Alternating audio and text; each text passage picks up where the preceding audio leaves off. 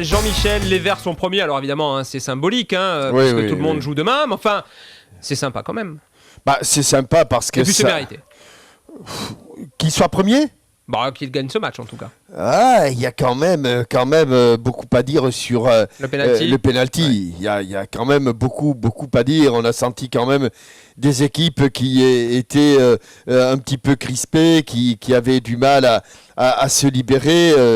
Quand on a face à face deux équipes qui normalement font le spectacle, là on en a eu très peu par rapport à ce que l'on attendait. C'est souvent le cas. Je crois que Valenciennes s'était déjà pris les pieds dans le tapis le jour où ils auraient pu être champions à Lille. Les Stéphanois se sont pris les pieds dans le tapis du côté de l'ETG à Annecy. Et là encore, on a senti quand même qu'ils n'étaient pas préparés pour ce genre de challenge et pour ce genre de situation. C'est bien parce que ça récompense deux équipes qui, en général, produisent du jeu.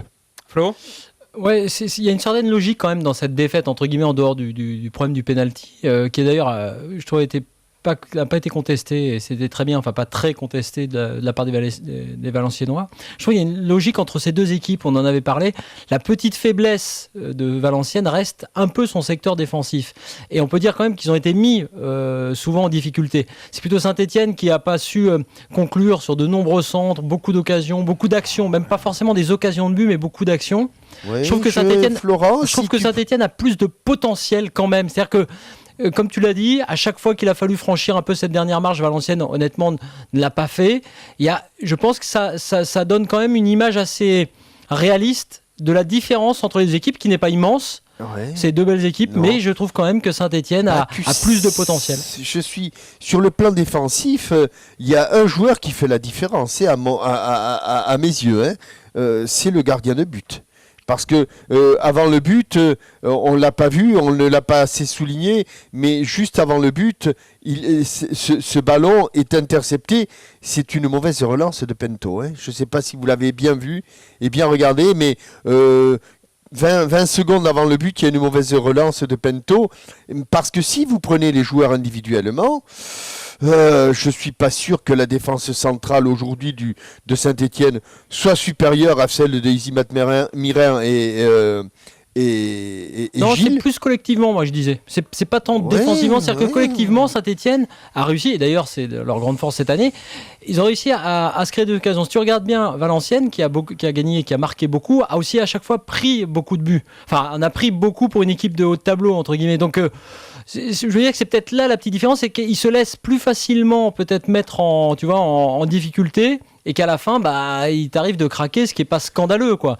Mais en revanche, quand même, pour un match joué à l'extérieur, quand tu vois Sanchez qui fait rentrer Pujol, tu vois, alors qu'à un moment donné où il y a 0-0, tu pourrais aussi, dans d'autres cas, avec d'autres coachs, envisager d'autres scénarios. Capable de continuer à jouer au ballon, en fait, de transmettre, toujours essayer de marquer, il est toujours dans une logique de jeu. Essayer vraiment de marquer. En revanche, je les ai trouvés parfois moins collectifs. Enfin, les actions dangereuses, en tout cas, les occasions des Valenciennois.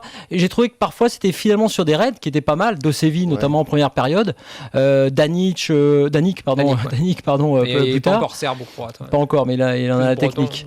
Mais tu vois, voilà. On a été un petit peu déçus dans ce secteur parce qu'il y a deux joueurs qui normalement font la différence et de façon assez nette. Deux très bons joueurs de notre championnat que sont Danic et Kadir. Et Fouad Kadir, vous avez vu par éclair, par intermittence. On les a quand même pas beaucoup vus, pour ne pas dire pas vus du tout. Et à l'exception d'un bon centre de Danic en première période et d'une frappe enroulée de Kadir. Juste à côté du poteau. Voilà, exactement.